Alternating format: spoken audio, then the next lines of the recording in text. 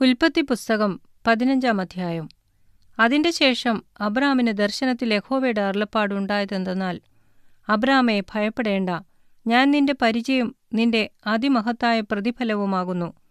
അതിന് അബ്രാം, കർത്താവായ യഹോവേ, നീ എനിക്ക് എന്തു തരും? ഞാൻ മക്കളില്ലാത്തവനായി നടക്കുന്നുവല്ലോ.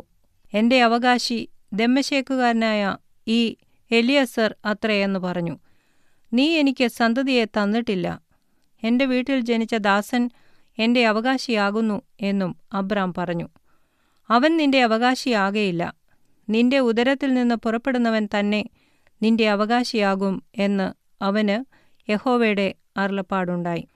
പിന്നെ അവൻ അവനെ പുറത്തു കൊണ്ടുചെന്നു, നീ ആകാശത്തേക്ക് നോക്കുക, നക്ഷത്രങ്ങളെ എണ്ണുവാൻ കഴിയുമെങ്കിൽ എണ്ണുക എന്ന് കൽപ്പിച്ചു. നിന്റെ സന്തതി ഇങ്ങനെയാകുമെന്നും അവനോട് കൽപ്പിച്ചു. അവൻ യഹോവയിൽ വിശ്വസിച്ചു. അത് അവന് നീതിയായി കണക്കിട്ടു. പിന്നെ അവനോട്, ഈ ദേശത്തെ നിനക്ക് അവകാശമായി തരുവാൻ കൽദയ പട്ടണമായ ഊരിൽ നിന്ന് നിന്നെ കൂട്ടിക്കൊണ്ടുവന്ന യഹോവ ഞാനാകുന്നു എന്നരുളിച്ചെയ്തു. കർത്താവായ യഹോവേ, ഞാൻ അതിനെ അവകാശമാക്കുമെന്നുള്ളത് എനിക്കെന്തൊന്നിനാൽ അറിയാം എന്നവൻ ചോദിച്ചു.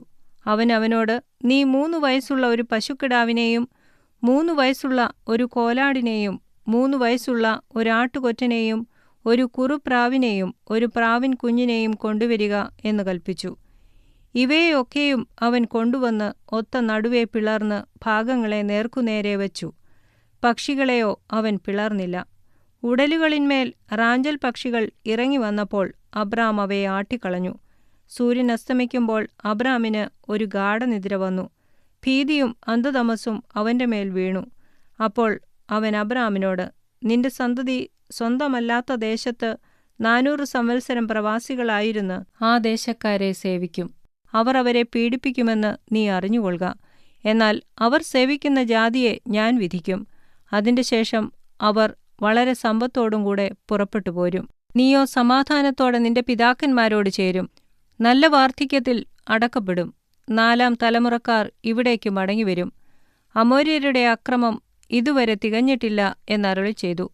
സൂര്യൻ അസ്തമിച്ചിരുട്ടായ ശേഷം ഇതാ പുകയുന്ന ഒരു തീച്ചൂള ആ ഭാഗങ്ങളുടെ നടുവെ ജ്വലിക്കുന്ന ഒരു പന്തം കടന്നുപോയി.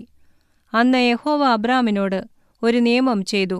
നിന്റെ സന്തതിക്ക് ഞാൻ മിസ്രയീം നദി തുടങ്ങി ഫ്രാത്ത് നദിയായ മഹാനദി വരെയുള്ള ഈ ദേശത്തെ കേന്യർ, കെനിസ്യർ, കദ്മോന്യർ, ഹിത്യർ, പെരിസ്യർ, രഫായിമ്യർ, അമോര്യർ, കനാന്യർ, ഗിർഗശ്യർ, എബൂസ്യർ എന്നിവരുടെ ദേശത്തെ തന്നെ തന്നിരിക്കുന്നു എന്ന് അരുളിച്ചെയ്തു.